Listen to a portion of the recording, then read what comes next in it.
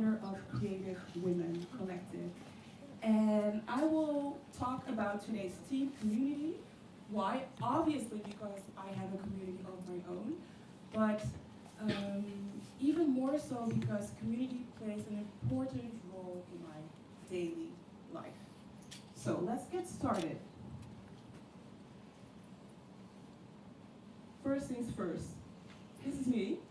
And normally when I give presentations, I will talk about how I, as a young girl, was pushed to follow my academic path and was stimulated to not follow my creative ambitions. And I would also tell you about how my girlfriend group inspired me and gave me the courage to step out into the unknown and quit my job as a lawyer for creatives. And I will tell you this story, and this story is 100% true. But as you know, behind every story, there are more stories. And today, I will share those stories with you. And through these stories, I will hope to inspire you to reflect upon the communities in your own life. And to get things flowing, we're gonna start with the first thing, which is, what is a community? Well, a community is a group of people who share a bunch of similarities, like all of you who are sitting here. All of you are interested in the creative sector or are entrepreneurs. So there are characteristics or interests which all of you have in common. That is what community is about. We're all part of communities. We're all part of a variety of social circles which are related to our work, our culture, or our interests. And when you think about community, you think about a lot of things. When I think about community, I think about my youth. This is me when I was about 12 years old. When I was about 12 years old, I grew up in a community in Amsterdam Southeast. And although my home was in Amsterdam Southeast, my school was in Amsterdam Southeast, and a lot of my friends were in Amsterdam Southeast, my world was so much bigger than Southeast. My parents, they expanded my world. I went to church in East, I went to the dance academy in the Pijp, and after primary school, I went to high school in Oud-Zuid. On the weekend, we would go to the city center to shop everything in every store, or we would go to Belgium or Germany to discover even more stores. And my dad would take me all over the Netherlands. My dad was a car salesman, and he would take me all over the Netherlands, from Groningen to Limburg to Zeeland, everywhere. And I watched him network with people, negotiate with people, and eventually sell cars. So my parents really opened my eyes to the variety of communities we are all a part of, the different social circles. And what I saw, what I observed, is that despite all of the differences between all of these different social circles, there was one thing which all of these circles have in common. And that is the ability to connect on a level of our human connection, our ability to connect on our shared humanity. That is what ties all of these communities together.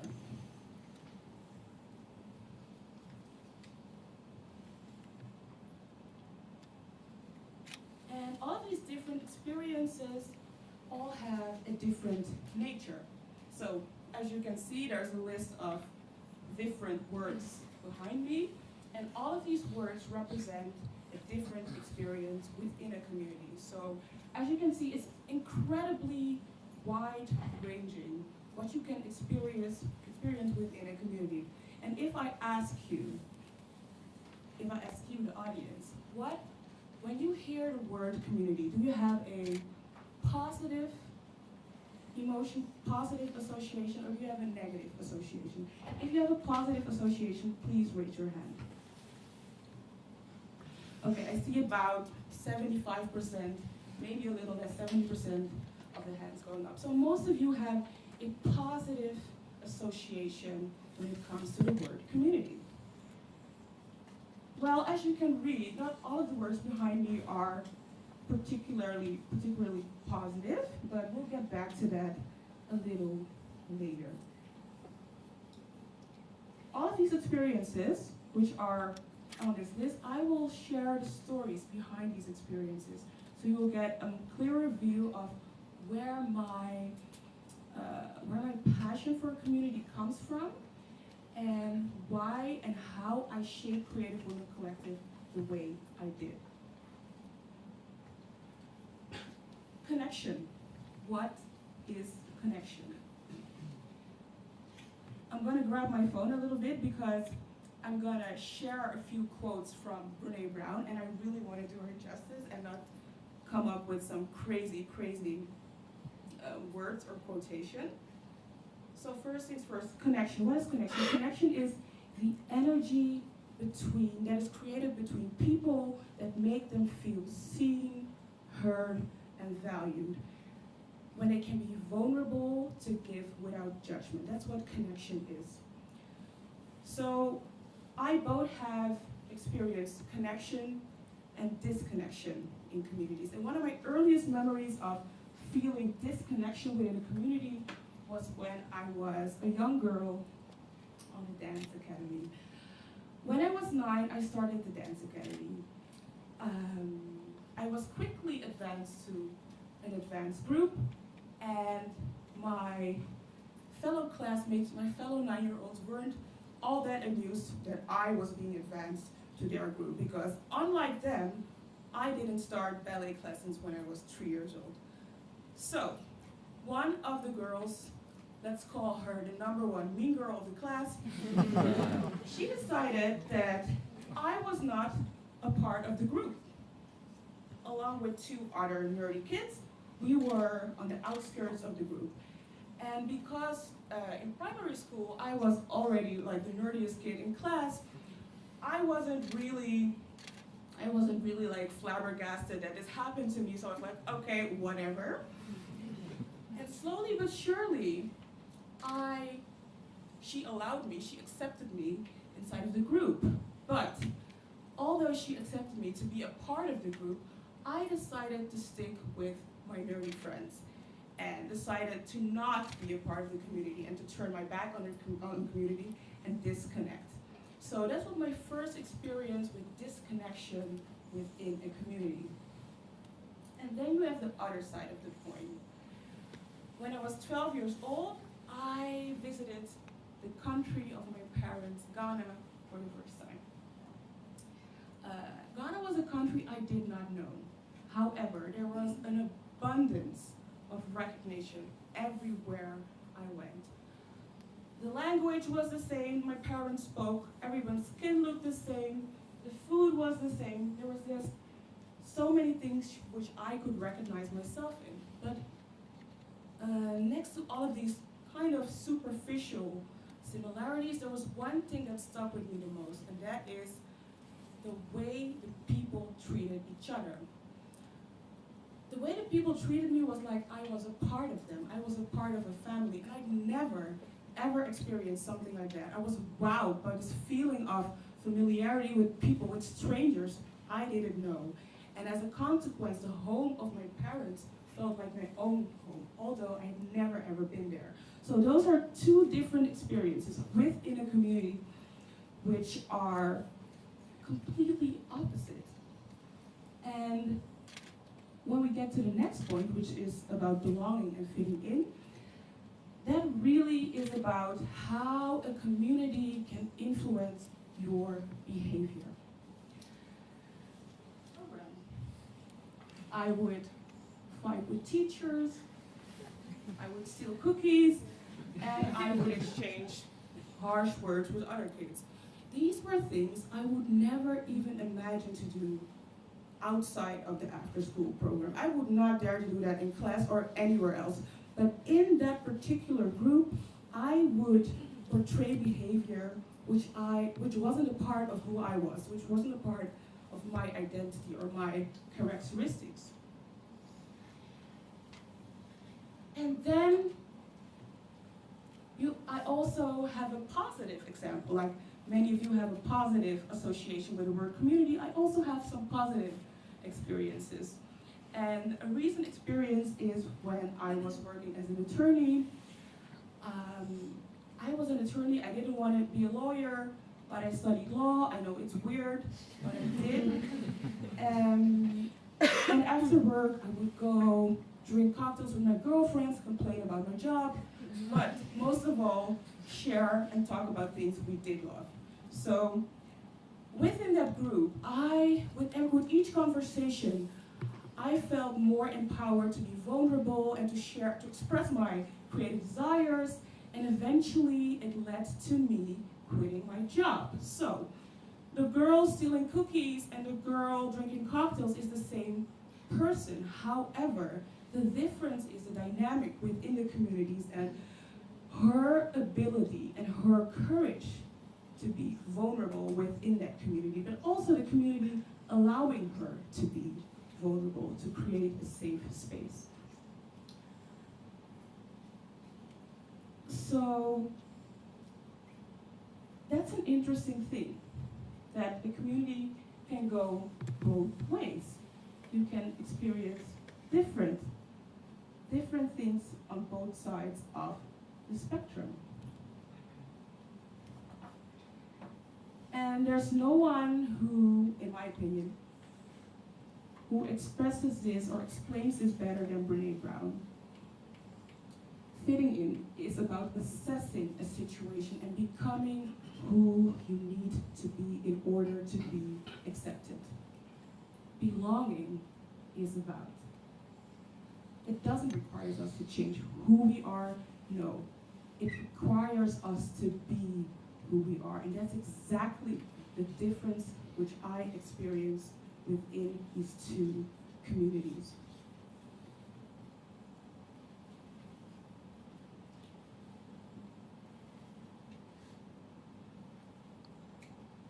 So, although I caved under the pressure in the after-school program, there was something inside of me which had a desire to be a part of something bigger than myself, which is exactly what belonging is. The desire to be a part of something which is bigger than ourselves. And fitting in, when you're trying to fit in, you're struggling to create that sense of belonging. You're struggling with the notion of belonging, because fitting in will never, it's not like, how do you say it? It doesn't click. It doesn't click. It doesn't have the click to connection. Because when you're trying to fit in, you are not being accepted because of your vulnerabilities, but despite of them. So your vulnerabilities do not have the space to be exposed. And that's exactly what is needed for connection. You need to be exposed. And with fitting in, you're putting on a mask and putting everything and pressing everything down and trying to wipe everything out in order to be someone you are not.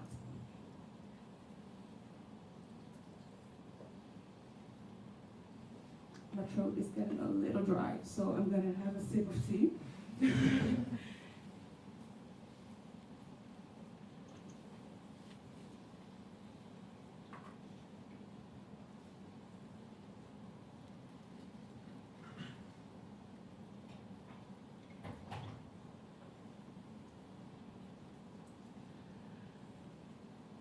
I personally believe that fitting in is also one of the reasons why we as people can experience loneliness within a group of people. So although we are surrounded by a lot of people, even people in our closest circles, we can experience loneliness because the click with connection isn't there. I have experienced many lonely times in my life, from when I was young until I grew up, and most of the time I tried to find refuge in music or in online forums or in my own imagination. And one of the most lonely times which I have experienced was when my father was terminally ill. When my father was terminally ill, I hardly shared what I was going through with anybody. I didn't share it with my closest friends, and I hardly spoke about it with my family. When I would sit in public transportation, I would feel a certain distance between myself and the people around me. It felt like the world was over there and I was over here, but I was not a part of life anymore. It also felt like I was a spectator looking at the world from the inside of a bubble. And that bubble started to slowly pop open when I was forced to talk about it to other people. That's when things started to open up. And I would not take the initiative to share about what I was going through myself, but it would happen in conversations like this, because my father got sick in the summer. So, for example, a friend would be like, hey, you're going to the park with us, it's gonna be the last hot day of the year, we have to go to the park. I can't go today, I have to go to the hospital. Oh, why do you have to go to the hospital? Well, because my dad is sick. Oh my God, your dad is sick? What's going on with your dad? He has cancer. So when people would not stop asking questions, only then I would share. And slowly but surely, after those first few times, it started to feel like the darkness was slowly but surely subsiding. About a year after his diagnosis, my father died from cancer. I was there. I wasn't there when he died, but I was there in the days, in the weeks prior to his death. And I would sit alongside his bed and reflect upon the 20 years of life we shared together.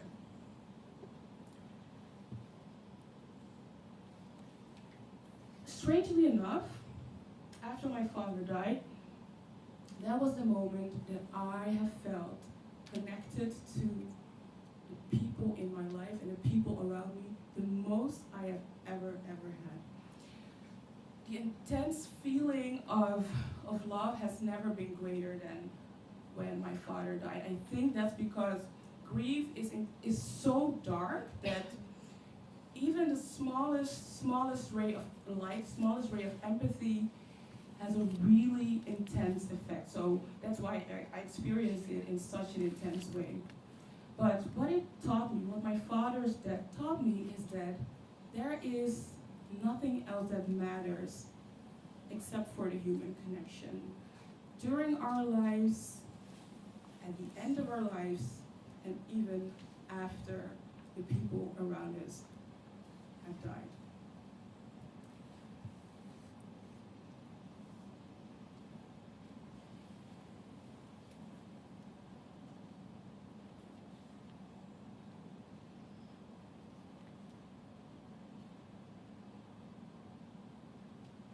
What I hope that you will take away from my talk today is that you understand that communities have the ability, through community you are able to experience human connection on a level that is life-changing, and can go both ways. As I explained, not all communities are created equal.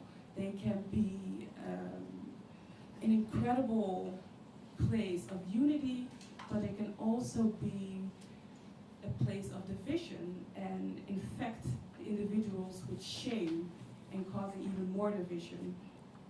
But what I hope that you will do as a consequence of my talk is that you will observe the communities you are a part of, that you will analyze the connection within those communities, and finally that you will make the choice to choose belonging over fitting in.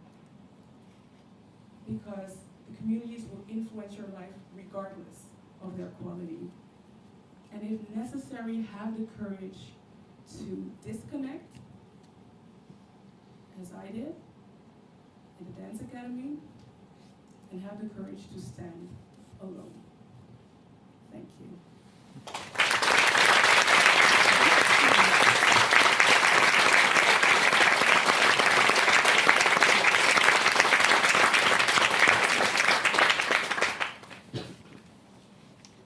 Thank you very much, Awura. Really appreciate that you accepted our invitation to talk about community today. So yeah, we do have some time now for questions. So if anyone has any questions for Awura or wants to know anything else, please go ahead and ask her a question. Anyone? Yes? Ooh, okay. Sorry, I can shout. Yes. You talked about this kind of the sense of belonging you had when you went back to was it Ghana, where your parents come from. So have you built that connection with Ghana more since that initial trip? I have gone back 3 times after the first trip, and the feeling of connection is also only grown stronger. Within me, a desire has grown to start something in Ghana.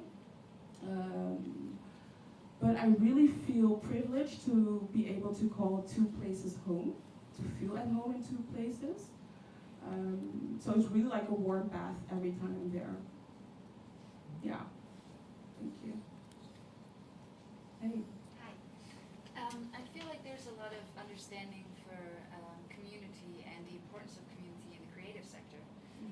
But it's starting to sort of ease into the whole corporate environment as well. Do you get a lot of requests, or do you feel that that they understand the importance a little bit more, or what's your experience? My personal experience, I actually have quite a positive experience with community in the corporate sector. When I was working as an attorney, I was working at a really small law firm, so you couldn't hide from anybody.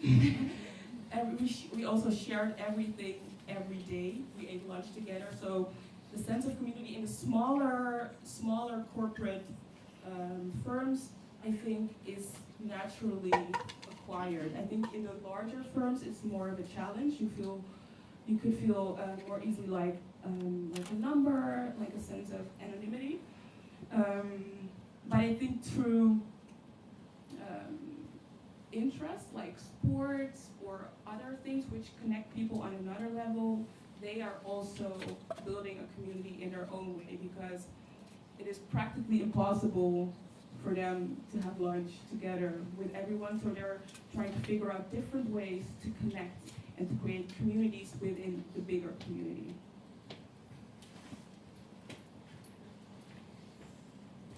Hi. You mentioned some examples of negative community your experience. Sometimes you're not so easy to disconnect and to deal with them. Do you have any thoughts on how could you influence other communities to kind of change the dynamics to something more positive? Yeah, I think number one thing which you can use to influence a negative community is to show empathy. Because empathy opens doors. And if somebody is not open to empathy, then probably that person has a bit of mental issues, probably social. Because it sounds funny, but it's actually true. Because if you don't have the ability to connect to humans, that means that you're So empathy opens the doors, and everybody, even the negative Nancys and whoever, want to feel seen and heard and valued. So that's something we all share, and that's a door opener, so to speak. there's a question at the back. She's been wearing. Oh, so, okay. Do you have any good tips on like giving support to a friend who's feeling like she's not in the right sector, so not in a creative field? That's me.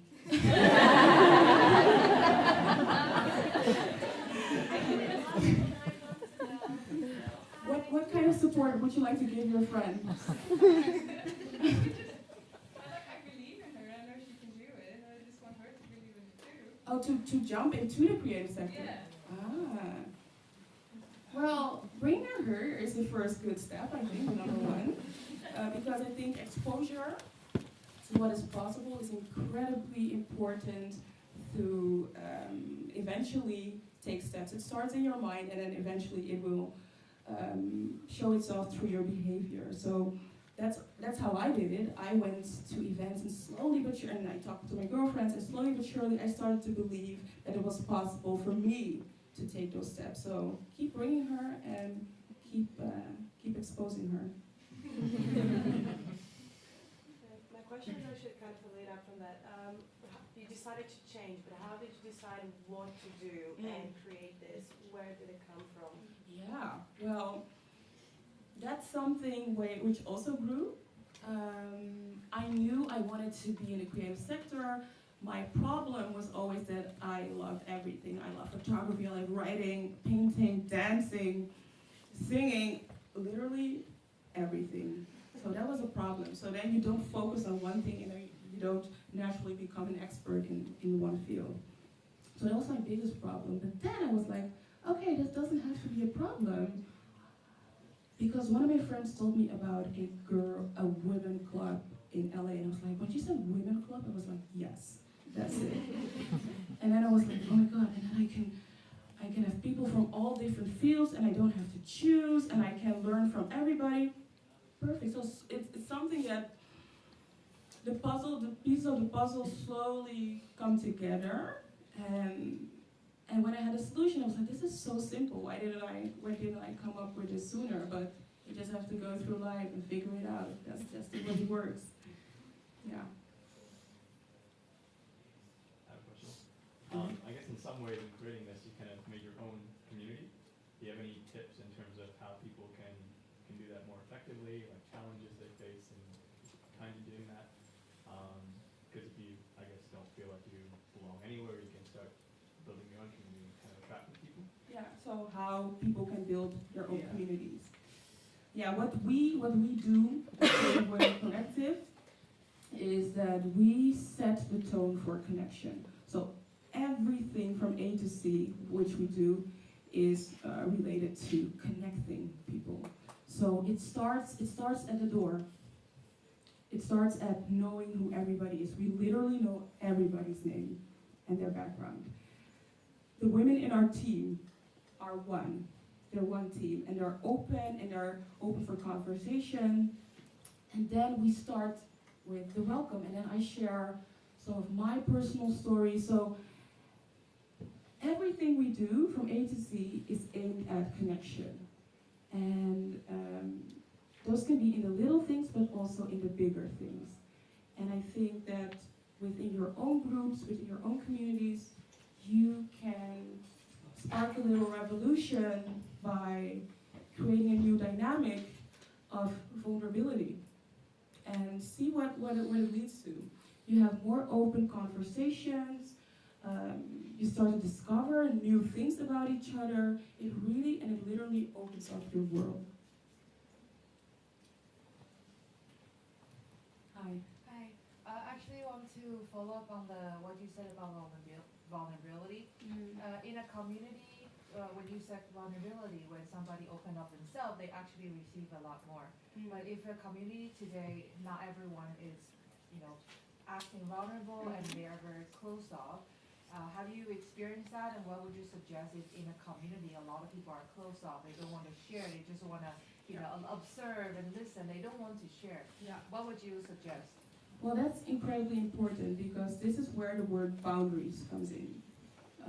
If you're sharing your heart and soul and it's not being received, or it's even being responded to negatively, then that's not the space to share your vulnerabilities. Then you have to take care of yourself and belong to yourself and create boundaries. And that's not the community you want to be in, because the level of connection is not there. So I think that's incredibly important, to decide for yourself what your own boundaries are within a community.